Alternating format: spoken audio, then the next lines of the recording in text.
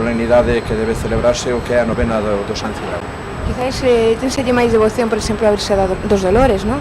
Que temos tamén na Igrexa Bella. Sí, tamén é normal, porque a Virxen é Virxe, non? É a nai de Deus e a nai de Xesucristo, e os santos pois son os imitadores tanto de Xesucristo como da Virxen.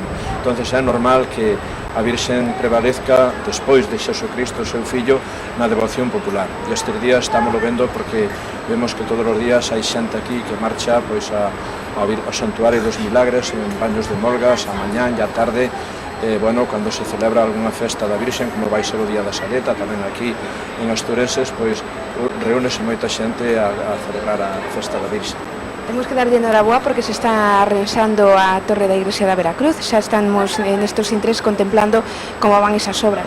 Sí, enhoraboa non só hai que darme a mí, hai que darlle tamén aos feligreses e a ti tamén, a todos os que contribuímos a que nesta vila de Carballiño pois este templo pois o conservemos ben e tratemos de que este limpio e decente e bueno, miremos por el porque é unha xoia